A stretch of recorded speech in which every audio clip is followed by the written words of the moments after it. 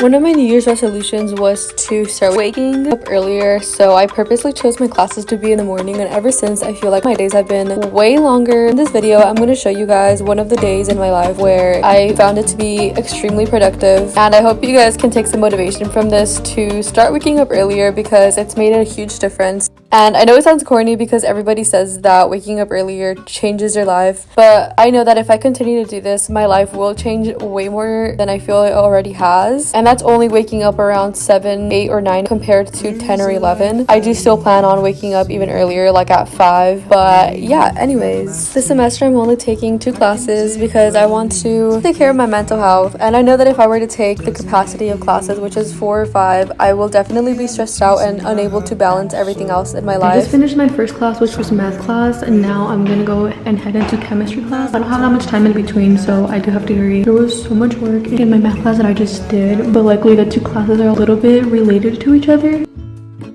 Wait, hold on, put me together, take me back where I belong. I want it all. For today's workout, I'm going to be working on at home because I just feel it's time consuming when I have to get myself ready, get my things ready for the gym, drive to the gym, warm up. When I want to take like a little workout break, I just find it more convenient to just work out at home. But I do only do that for my upper body days because I've been using these 2-pound weights. I'm going to be doing this workout. You cannot drop your arms lower than like a T. It's 5 minutes, 2 pounds, but it is so intense. Te deu colo, qual foi o trauma de infância? Houve uma maldição. I have no homework. I'm gonna take this time to kind of direct all my productivity towards me, work on a to-do list of the things I'm gonna do today, and prepare for a new month. That's not something I had usually done in the past, but with all my New Year's resolutions that I created, I want to make sure that I'm holding myself accountable as each month goes by and really reflecting and making sure that I accomplished small goals that are leading to the bigger goals. I have all these little journals right here, and I want to section them out for like what I'm going to be using each one for.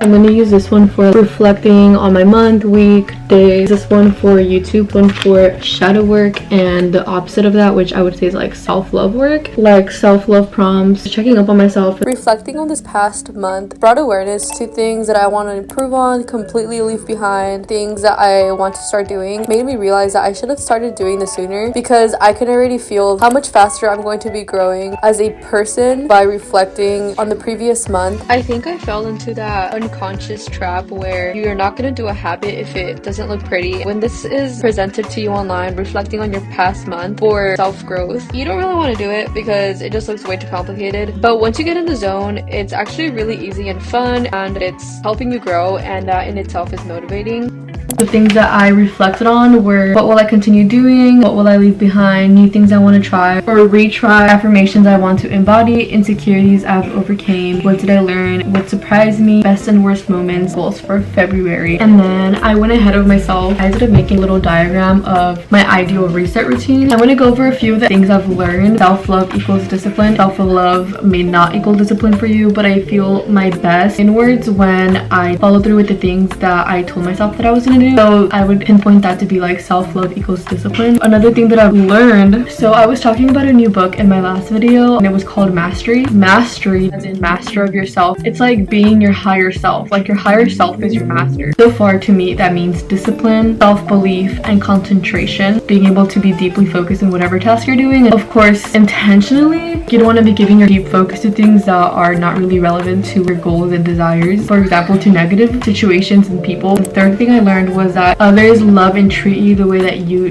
love and treat yourself. I prioritize self-care. I prioritize my routines and consistency in my life. Once you have standards for yourself and a foundation of how you treat yourself, you wouldn't expect anything less from others. So that's what that means to me. Some small goals that I wrote down are learning to set boundaries and limits. Another goal is push myself to the limit. Finish my book in a month because for some reason I push my reading over the course of I don't even know how long because I just read when it's convenient. But there's no reason why I wouldn't have like 30 minutes in a day to just sit down and read.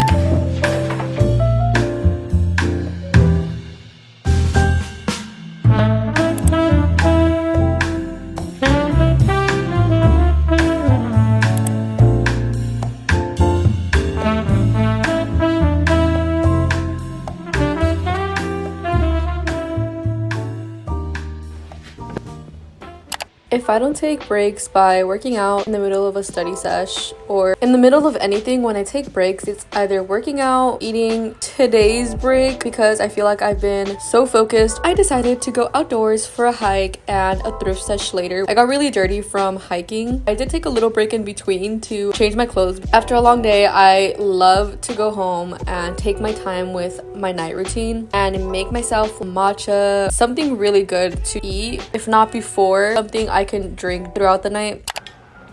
Okay, now that we've finished my homework together, reflected on this past month, we went on a nice little adventure to hike. I actually posted pictures on Instagram, and then I also went to the thrift store. So yeah, now I'm gonna give you guys like a little haul of what I got. Thinking of wearing this to the gym. Maybe I want to switch up my style at the gym rather than just wearing the sets. I can see myself wearing this on a picnic or something. Cute little fairy. All my colors are neutral colors. They're like black, white, beige, light pink. I can see myself wearing this on a night out. Top, also for going out. Wearing this to a cute Mexican restaurant. Flares up at the bottom with white cargos. Simple night out while staying classy. Still looks a little bit fun because it's a crop top and off the shoulder. And tube top criteria, it's like classy for a tube top. I don't know. It's as classy as it gets for the tube top. It's just more for at home. It's just a comfortable little tank top. It makes up for the fact that it's a tube top, because like tube tops can come off as so middle school, but it has a little twist to it because it's not just a regular tube top. Elevates the tube top. It can be basic or it can be a little bit fun. I will literally wear it anywhere. I do class, on the way to the gym, probably not to work out, but like on the way to the gym, to the store, at my house. I got this book. I started reading it as soon as I got in the car. Energy Healing. So it's this cute purse. It has different texture. They're these cute little heels.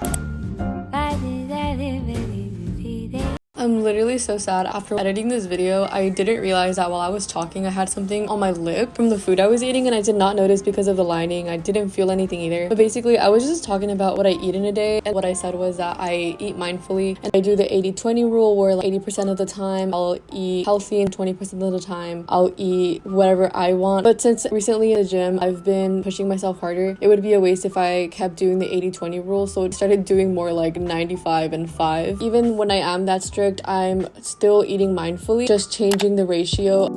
The way your morning goes depends on how your night went, because if you stay up until 2 a.m. on your phone, you will most likely wake up feeling sluggish, and then your day will go bad because of how you spent the night before. So just as important as a morning routine is, so is your night routine. That's why I prioritize it just as much as I prioritize a morning routine. That's gonna be all for today's video. Thank you guys so much for watching, and I'll see you guys in my next one.